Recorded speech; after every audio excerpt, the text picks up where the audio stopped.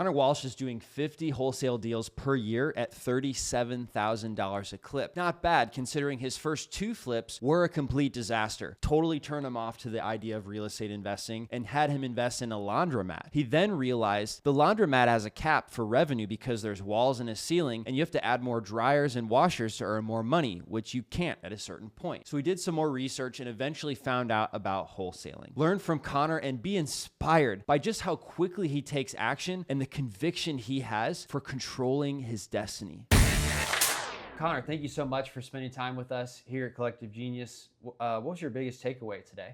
Ooh, I would say just like the leadership aspect of everyone. Like there's a lot, like all the presenters today, they're just such polished business owners. And, you know, that's really what I'm after right now, to take that next step, like not only in my business, but in my life, you know, really, really growing into that leader that my team needs.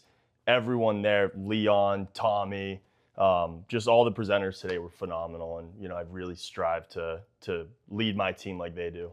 I did an episode with Tim Ebby yesterday, and that was a common theme where your business can't grow beyond the leader's leadership capabilities. There's like a lid on your business. For sure. Because eventually it's not you doing the work, but it's you like orchestrating, it's you communicating to your team. So if you can't select the right person to do the right work or train them correct way or give them feedback in the correct way or get rid of people that aren't performing or a good fit, your business will just always have these issues that you can't grow past. So it's really cool to hear you say that was one of your biggest takeaways. Yeah, and that's the thing about this business. Like a lot of the average age in that room's young, right? So if the average age in that room's 30, a lot of us go from, you know, the ground level employee doing everything to the CEO in such a short period of time that the things that you would learn in a traditional career, like having an assistant, if you told a 50-year-old executive that having an assistant changed your business,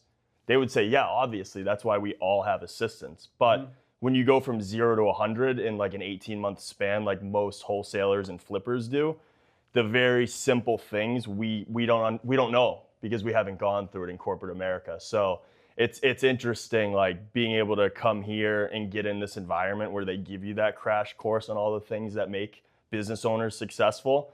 And then we quickly can go back to our businesses and implement them. Give us your 0 to 100 story and give us context for the size of your business now. I know we've got Todd here who just joined your team. Congrats, Todd. Thank you. So context, first of all, for somebody who just tuned in, they're like, who is this guy? Yeah, so I was chemical engineer in college, minor in business, just always wanted more. So, you know, got out into corporate America, got a job that really challenged me as an engineer, was climbing through the corporate ranks, you know, getting promoted like every year and a half, and always like living on the leading edge of my comfort zone. Like always would get out of work and would read more, Google more, like how do I get better at my job? Yeah. And then I got to a point in my career where I saw that the you know, your raises and the take-home pay are very linear. And so I felt like I was getting exponentially better, but my pay was still kind of hitting that ceiling. So I started looking at other ways of making money. And so obviously I started listening to Bigger Pockets like everyone does and reading Rich Dad, Poor Dad. And that's when I was like, you know what? I think I want to start getting rentals. So bought a rental property, but you know, 20% down, you run out of money pretty quickly. So that's when I started flipping. I did a flip in my hometown, made like $45,000. Is that Boston? Yeah, Boston. Yeah, suburb of Boston. And so I was invincible because I made that much money. It's like half a salary of a starting engineer, I would think. Yeah, exactly. Yeah, it was, and especially like you don't really get taxed on it up front. So to me, I'm like, boom, I just made as much take-home pay as I would in a year. And I enjoyed it too. Like it was instinctual for me. Like that wasn't showing up to an office and working for someone. That was me going to my property, doing my work the way I wanted to.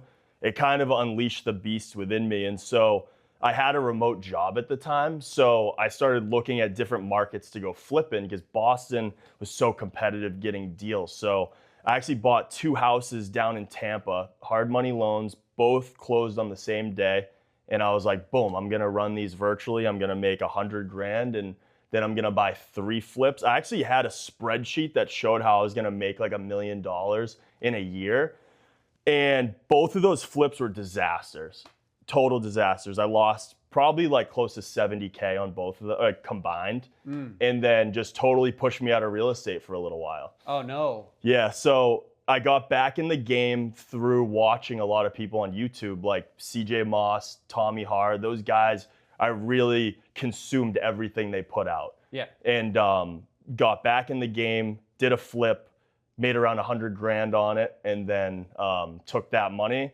I actually bought a laundromat and got into like that side of things. So I'm very impressionable. So like people like CJ, people like Tommy Harr, I love their content, and also people like Cody Sanchez. I listen to their stuff and I radically implement it. Like when it comes to taking risk, once I do enough research, I'll take the risk. So in that period after making the money from real estate, I was still kind of flipping and learning how to wholesale, but I bought 2 boring businesses. So I bought a laundromat and I bought a cleaning company, cleaning commercial buildings. Yeah, car dealerships, restaurants, that kind of stuff. Wow. Yeah, so I got into that and then quit my full-time job finally because I had, the 2 businesses that I was running, the 2 boring businesses, and then I was really starting to ramp up the wholesaling business.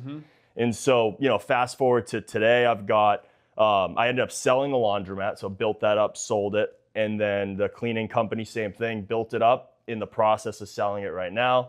And then the wholesaling business, I've just been turning the dial on nonstop. So we've got 2 acquisition managers, big cold calling team, and then now bringing on, a partner into the business who's going to handle I'm going to run the sales side. He's going to run the back end flips, dispositions on the wholesale business, and start to build out our rental portfolio.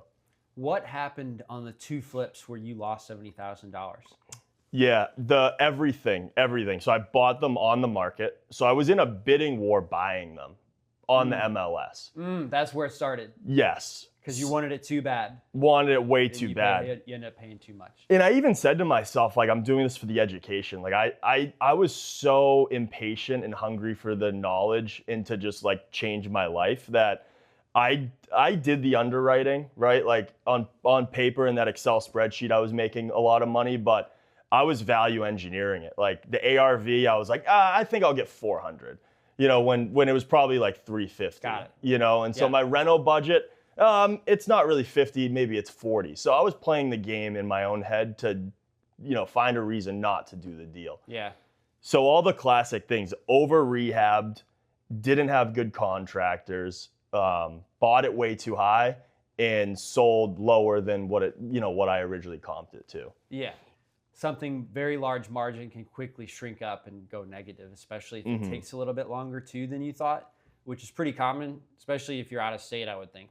Yeah, in my head, I was doing this, project management job in my full-time, for my W-2, and I was managing projects in Vegas and Chicago from Boston. I was traveling. So to me, I was like, I can kind of be like a gold rush investor. Tampa's hot. Let's go do what I do, for my full-time job in Tampa, but for myself. And yeah, I mean, the contractors they take your deposit and then they go take the next deposit. So the next thing you did was you bought the laundromat after that? So I really started educating myself online. Okay. And then that's when I was able to hit a home run on my next flip, to have the money and the down payment to go get that laundromat. Yeah. Okay, cool. Well, congratulations on taking action. Yeah, that's the one thing I can do. Like if there's one thing that my skill is just going 0 to 1 on taking action and diving in head first, whether it could kill me or not. Did the laundromat come with real estate, or was it just strictly the business that was renting the space? Yeah, so it was just an asset purchase for the business itself. So like you buy the lease, you buy the business, you buy the equipment, but I didn't own the real estate, which it's not really common to get the real estate in Massachusetts. It is.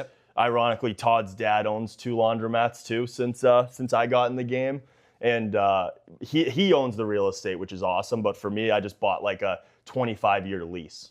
What made you come back to real estate, turn up the dial, having, you had the 2 issues with the flips, but then you had the successful laundromat. So why back to real estate? So the thing I learned about venturing into other businesses, a lot of people would call it shiny object syndrome.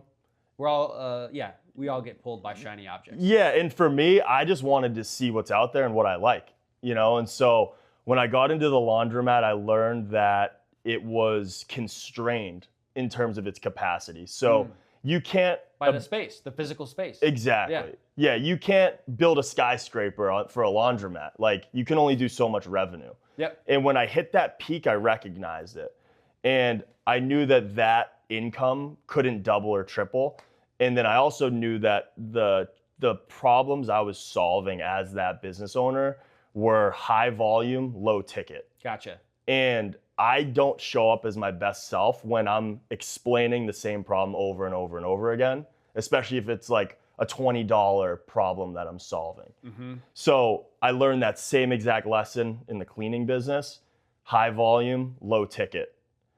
Real estate, you can live a great life in a low volume, high ticket business, or like some of these other guys at CG, they're doing high volume with high ticket. So, some of my best deals, like, making $30,000, $40,000, I've gone to the site maybe for a combined 10 hours.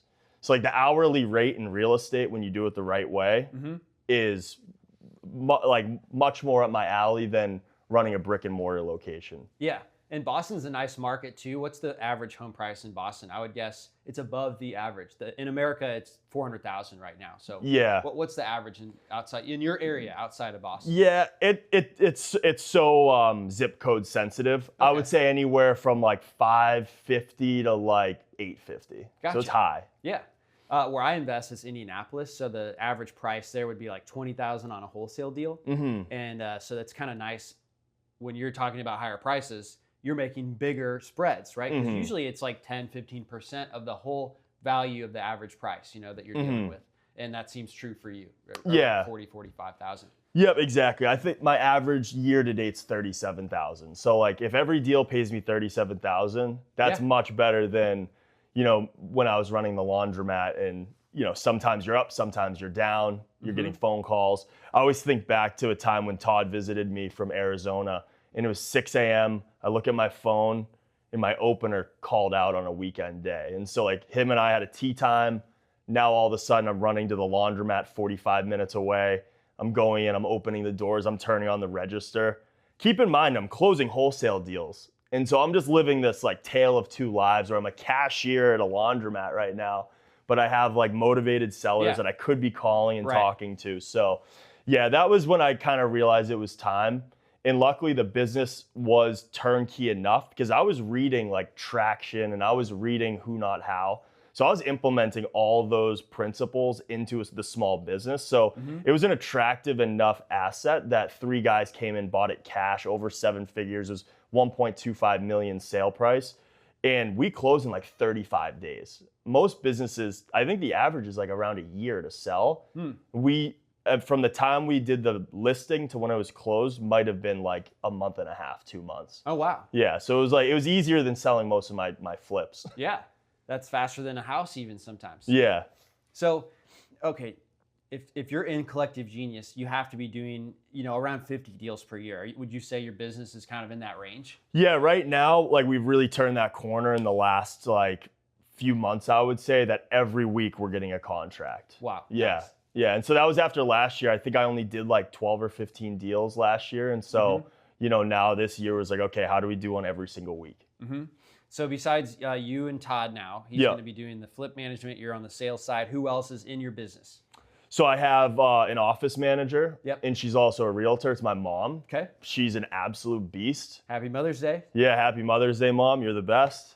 I learned so much from her, and I still do every day. I mean, her ethics are through the roof. So like, she's not going to steal from you. Exactly. And she's like, she really, wholesalers get a bad reputation a lot of the times. And we're a fully transparent, ethical company. Can you explain what's the difference? Yeah, a lot of times people will do a dispo open house and they'll say, hey, these are my contractors, right? And they're not contractors. Yeah. They're buyers. And for me, I want a business where I can go to bed at night knowing that like what I'm doing is for the greater good. I'm not lying. Yeah, or another thing that comes to mind is that sometimes you hear sales advice that you should pretend that you're talking to your business partner, or your finance division. And it's just you, And so their instruction is to tell the seller that. But there's ways of closing the deal without like doing those little white lies. Exactly. I feel like that's what you mean as well. Yeah, for sure. And I think it's an immature way to run your business. And I didn't want to build something on a shaky foundation. So that was always the one thing I was on the cusp or like kind of uncertain about with the business. And that's why I love flipping, because in my head, I'm like, all right, flipping, I'm ethical and I'm creating an awesome product. Wholesaling, that was the one thing I needed to iron out, which we've, ironed out now. And my mom was always like that positive influence to be 100% ethical, because then no matter what you do, you can go to bed at night knowing you're doing the right thing. Right. So I have my mom who's in that role of office manager / transaction coordinator. She does all that work behind the scenes, making sure that, things are going through title properly. And then she's also selling all my flips as well. Oh, cool. Wow. Yeah. Was she in real estate before you started doing this? No, she owned her own business. So she, single mom, started her own business, ran it for 17 years, sold it, and then ended up getting into real estate right when I started flipping. Okay, got it. Yeah. Any other common ethical gray areas that you could address now for anyone listening that they could really educate themselves on things that you hear but you wouldn't do yourself? Like, so we can just really get that out there. Yeah, I mean, I would say you hear a lot about people daisy chaining wholesale deals. Yeah. I think if someone were to approach me and say, hey, if I bring you a buyer, can I add my markup to it? I have no problem doing that. If you're putting down 5,000 EMD on my deal and then going to look for a buyer and then you come back to me hat in hand, I'm not okay with that, because I make a commitment to a homeowner that I'm buying their house in 30 days, and come hell or high water, I'm going to make sure that happens. Yeah. So if someone's trying to daisy chain and they can't perform, and this person's moving to New York and needs the money on the 30th, now I need to come out of pocket and do my best. Yes. So that's one thing I'm not a fan of. It's happened a handful of times, but that's one thing to avoid. Yeah. I'm on a bunch of wholesalers lists in Indianapolis. And so I actually had a deal once, and I saw my deal being marketed out to myself. And if you're an investor interested in a deal, it can really like give you an unsettling feeling, because you're like, wait a minute, I thought this was David's deal, but I'm hearing about it from these other people as if it's their deal, which is technically illegal. You're not allowed to market a deal unless you have the equitable interest in that deal. So there's another thing. In addition to ethics, it's just like, it's actually illegal. Yeah. Yeah. And I mean, I've been at a RIA before where the guy who I assigned it to, I heard him pitching it to other people. Like I walked by him and heard him talking about, like there was just characteristics about the house that were undeniable that's what he was talking about. And the thing about this business is, like, if you set expectations with everyone, no matter whether it's me, hey, can I market your property to someone else? Or with the seller, hey, I'm going to resell your house. No matter what, I'm buying it for this agreed upon price. Set the expectations, and it still goes through. Everything goes through. There's like this big fear that someone's going to back away or say no, but I've never had a single seller say no to that. So, it's a good precedent to set for yourself, even as the business owner. Like, set expectations properly with everyone, whether it's employees, vendors, contractors. Right. It makes everything so much easier. It does, and it builds a lot of trust when you do things the right way. If there's something I use as a guiding principle for myself, if I feel like I shouldn't say it, then I probably find a way to say it. Yeah. So one thing is, when somebody calls me on the phone and they want to get an offer, I'll typically say, like, up front, like, hey, what's going on? And I'll hear their situation, say, well, I'm probably not going to be your best price. That would be listing it with an agent. Although if you want to if you prefer, speed and convenience, like, that's something I can definitely provide you assurance. I can close in 2 weeks.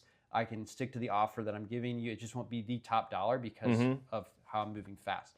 That's how I make my money. Would you like to proceed? And some people say yes, some people say no. But once they say yes, then the pressure's totally off. Yeah. Right now they're expecting it, and it's just a great change in conversation. Yeah, and you're in control of the process now. You're not reacting to different circumstances that pop up.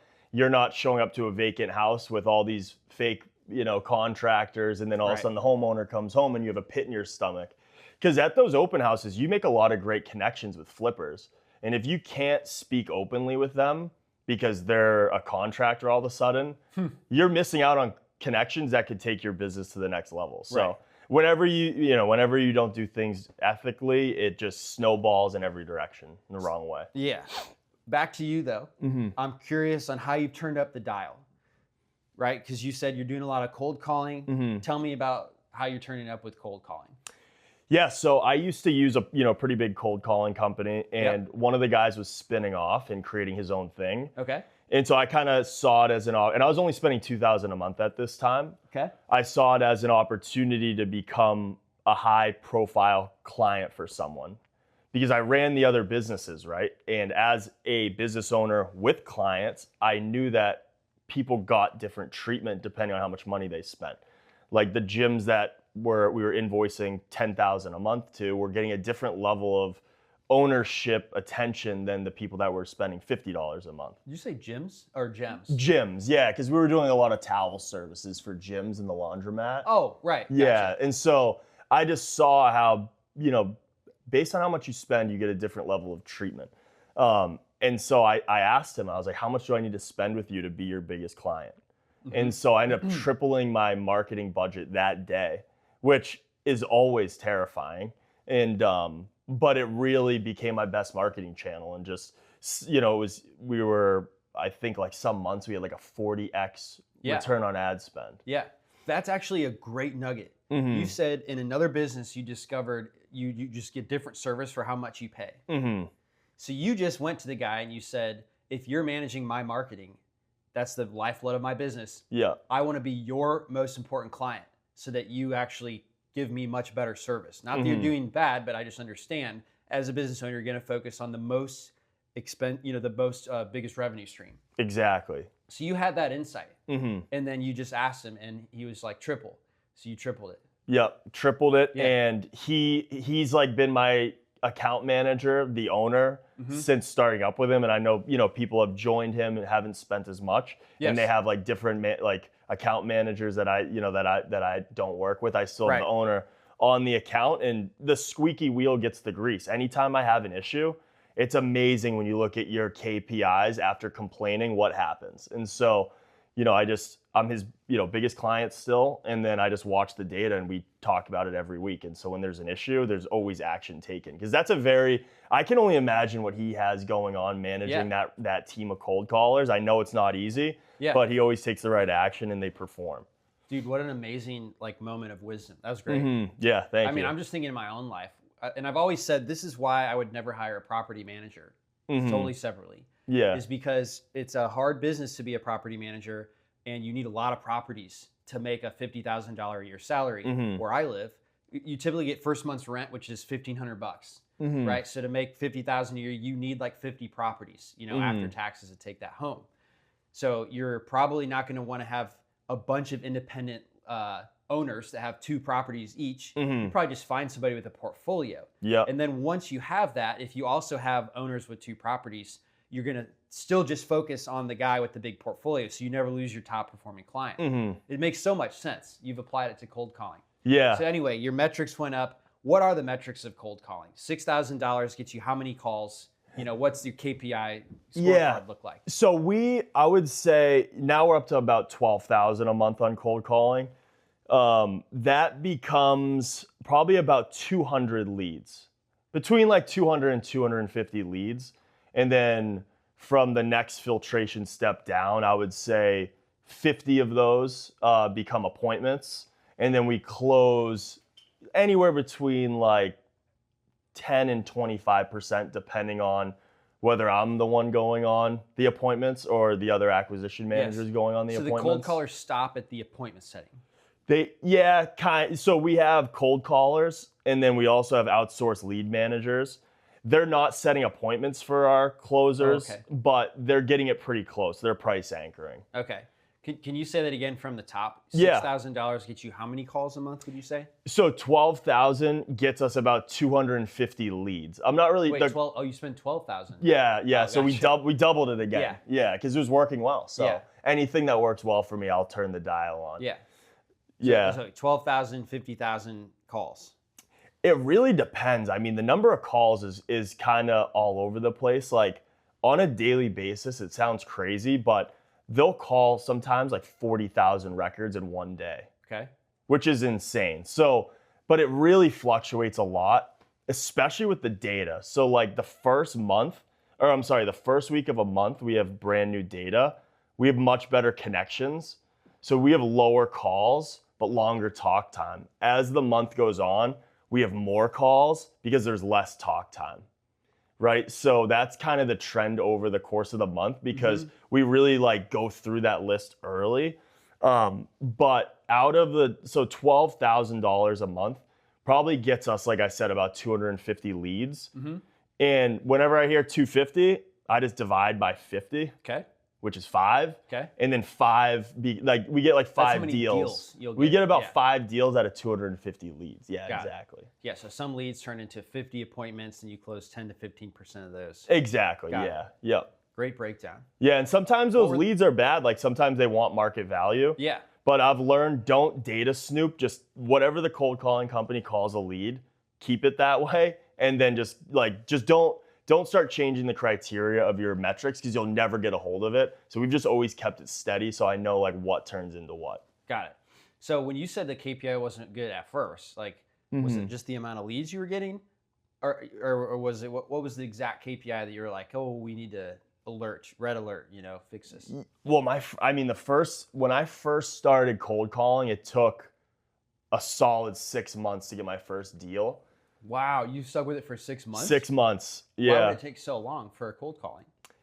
So I was the minimum, like a customer, right? So I was like the bronze level. Anytime you hear bronze, you're the lowest, like you're the lowest on the totem pole. And so I was bronze, and I think like I had a new account manager to the company, newer cold callers, and like you would listen to the calls, and the voice kept changing. So I'm like, tons of turnover. I just think, they were having issues retaining the cold caller that was assigned to my campaign. Oh, gotcha. Yeah, multiple call. Yes. It wasn't the same person calling all of your leads. Exactly. It changed like week to week. And so like anytime I made progress with one of them, it's like it vanished. We start all over again. So yeah, I mean, I had 6 hard months of that. And then just one day I got a smoking hot lead.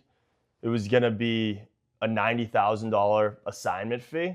Okay, so your 6 months of $2,000 each paid off. Yeah, paid off tremendously. Yeah, but the deal it was very difficult. Now it would be an easier deal for me, but at the time I'm an acquisition manager with 0 deals. Normally an acquisition manager has someone training them. I had no one training me. It was me, and it was like your podcast that I was listening to. Oh, really? Yeah. Specifically the ones with CJ Moss and Beth Moss, because they had a very similar struggle in the beginning, like 5-6 months of just no deals, but they just stuck with it. Yeah, we interviewed CJ again, actually, a couple months ago. Yeah. I listened to that one or watched that one, and I got a really good takeaway, actually. That book, A Great CEO Within, you recommended. Yeah. Awesome book. Yeah, I'm like 25% of the way. I'm like 25% of the way through. Nice.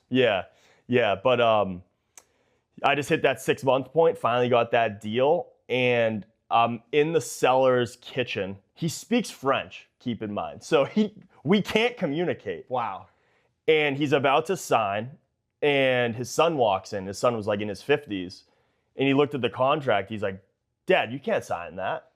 This house is worth $100,000 more than that. I'll buy it from you. In my heart, like everything went slow motion. My heart's pounding through my chest. Yeah. And his dad spoke broken English. He understood what his son was saying. He knew what his son was saying. He's like, son, I made a deal with this man. I'm going to keep this deal. And so he signed the P&S, and off we went. I ended up double closing it. I think I cleared like $78,000 on my first deal. Oh, baby, that's awesome. It was huge. It was life-changing. Yeah. And as soon as I saw that, like going back to turning the dial, as soon as I had proof of concept that this actually worked, that's when I was like, this is my lane. I'm going to stick to it. And when was that? So that would have been probably that was April 2024. So not that long ago. Got it. It was very, very recent. Yeah. Yeah. Well, that's awesome. And you've turned it up multiple times. Yeah. Since then. Did you say who does your cold calling, by the way? So I use a guy. His name's Adam. Oh, okay. Yeah, it's called Galaxy Call Center. Not a Cool. not a huge brand name yet. I think it will be in the future. But yeah, I mean they've been awesome to work with. Do you do any other type of marketing? Yeah, so I do an equal amount. So I spend about like 12,000, like I said, on cold calling, about 10,000 direct mail, and then 6,500 on PPC. Pieces or dollars that you're spending? I guess dollars. All dollars, yeah. Gotcha. So combined, I think we're around like 37,000 a month on marketing. It was 2,000 this time last year a month. Man, that's amazing to hear. And Yeah. so I'm guessing the cold calling is still bringing in the most. Wait, it's actually bringing in. You said like four per month. So is the PPC and the mail new stuff? Yeah, so the mail I started January 1st. I'm actually closing my first 2 deals at the end of this month for direct mail. So like my average cold call deal takes about 5.5 months from first contact to profit.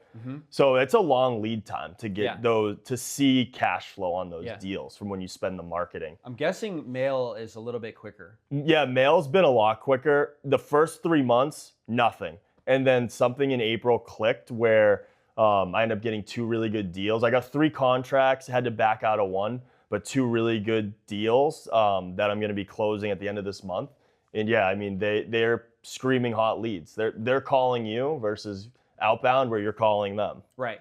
But I've heard cold calling is becoming more effective like now, actually. So you're still hitting in the right area, I think. It's interesting. I've noticed that. So, I mean, I just introduced inbound for the first time. Yeah. Outbound's a little different. Outbound, the relationship life cycle is they can't stand you, and then they reluctantly allow you to take the appointment, and all the while you're building rapport. So it goes from they can't stand you to now you're at the appointment, they see you're normal and you're presentable and they like you and you have good conversations, and by the end they absolutely love you, right? And so it's like this, you're really driving the process forward, you're in control of it. Inbound, I've felt, is a little different. They want you up front, and when they want you up front, you can only go down. Whereas with cold calling, you can kind of only go up. So if you don't crush it on the initial appointment, they're gonna ghost you. That's what I've seen for direct mail and PPC. So like when we go, like we gotta go with everything we have and really crush it, because if we don't lock it up at that appointment, it's pretty likely they're gonna go with someone else. Got it. I've never heard it described that way before. You've got a good way of like illustrating things with the path up and the path down. Yeah, it's the relationship life cycle. Yeah. So tell me, it was great to break down your business. I'm interested in you, the entrepreneur, because you're operating at a high level. We were talking about food.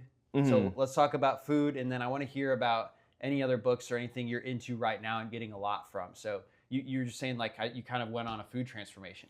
Yeah, I got in, I'm trying to think what year it was, maybe summer 2023, I got diagnosed with ulcerative colitis. Whoa. Okay. And so that's, that's an autoimmune disease. Autoimmune disease. Yeah. When you get diagnosed, that's permanent. That's something you'll have for the rest of your life. As a person, like I've always lived by the saying that I make all conditions serve me. So no matter what happens, how do I spin this to actually make my life better as a result? And as soon as I got diagnosed, I stopped drinking completely. And I stopped eating high inflammatory foods. And I really owe it to my wife, because she was the one that really taught me the game when it came. She has the same autoimmune disease. Talk about a strange fate, but she also has it. And so she really educated me a lot on low inflammatory foods and the simple swaps that you can make in your life to get the same nourishment, but you feel better, you think better, you sleep better, and you show up better. And now, with the lifestyle changes I've made, I can get calls at midnight, 9 a.m., anytime. I'm never hungover, and I'm never food hungover either. So like in terms of running the business and being a steady, constant leader for the team, I'm kind of always ready to go. No matter what happens, what pops up, I'm dialed in and ready to perform. What's your favorite food that you had to cut out? Oh, pizza.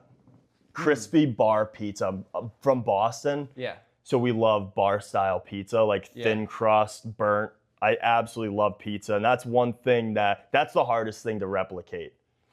Because I like bread, like I eat a lot of like sandwiches and subs and stuff. And when you're gluten free, like I am, you can't have sourdough bread, and toasted sourdough bread I think is phenomenal. You cannot, you're saying.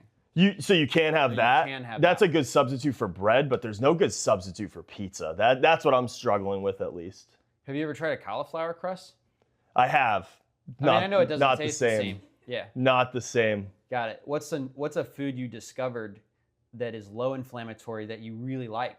I like Simple Mills snacks. So like Simple Mills makes like a Chips Ahoy style cookie. Phenomenal. They make like a Oreos competitor. Phenomenal. And you can eat the whole box, and they're not bad for you. Don't eat the actual box. Yeah, don't eat the cardboard and the plastic, because that's probably high inflammatory. Yeah. That might undermine everything I'm saying. But the cookies themselves, like you could eat a whole package worth and you don't feel sick after, like you would Oreos.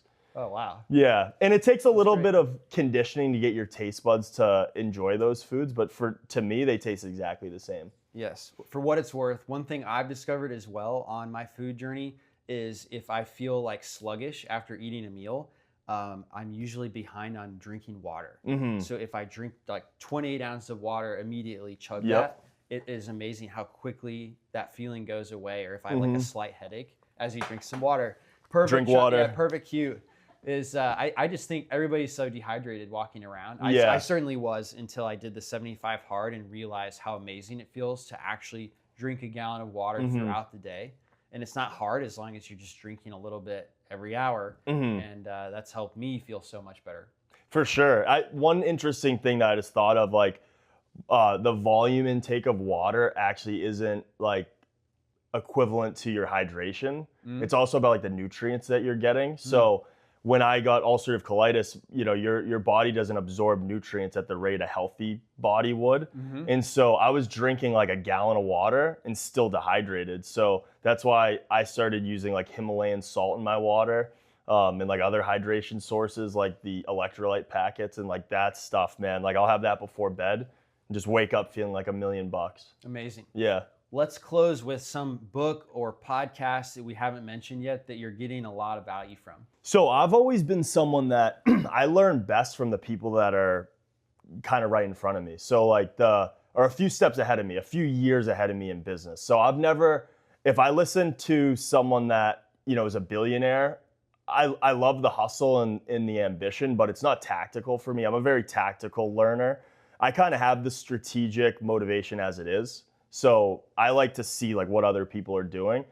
So I love Tommy Harr's, all his content, it's called The Real Side of Real Estate, because he shows you actually what he does and how you make money in real estate and how you can lose money. So I use his content a lot. And then CJ Moss, not a huge content producer because he's running one of the biggest wholesaling companies around, but all of his YouTube podcasts are incredible. As far as books go, I think Rich Dad Poor Dad's that one book that people get the itch in the beginning, to put your money into assets that then pay you. I've always loved that book. And then Extreme Ownership, knowing that you're fully in control of your circumstances, and if anything happens to you, it happened because of you. Yeah, is that where you got, I'm going to make any circumstance serve me? Is that where you got that? I got that from As a Man Thinketh. What's that? So it's by David Allen. It's from like the name. Yeah, it's from like the early 1900s. It might be the OG self-help like a Think book. and Grow Rich type. Yeah, exactly. But it's this like little diary, and you need to listen to it on like half speed. Like most people listen on 2x. If you listen to this even on regular speed, you lose track. So it's just because the language is beautiful, like the writing style is beautiful, the word choice, all of it, the vocabulary in this book's next level. But that's a little excerpt from As a Man Thinketh. Great, I'm checking that out. Yeah, you'll love it. It's worth mentioning Tommy Harr spoke today. Could you give a summary for anyone who missed it? Yeah, so Tommy talked a lot about his business and about the path of entrepreneurship and pivoting. Like he was a home inspector for a while, and was scaling that business with his dad. And he realized he was on the wrong vehicle, like in real estate in the right industry, but on the wrong vehicle. So like more work just became more hustle. And so he had this huge pivot from growing that business, which wasn't getting him closer to his goal, to then jumping on the other side of the table the clients he was serving, doing those draw inspections as a home inspector, becomes an investor. And now he has this like beautiful life. He retired his mom, like he talked about. He really designed this life around his business. And I mean, every time I see him, he's smiling, he's happy.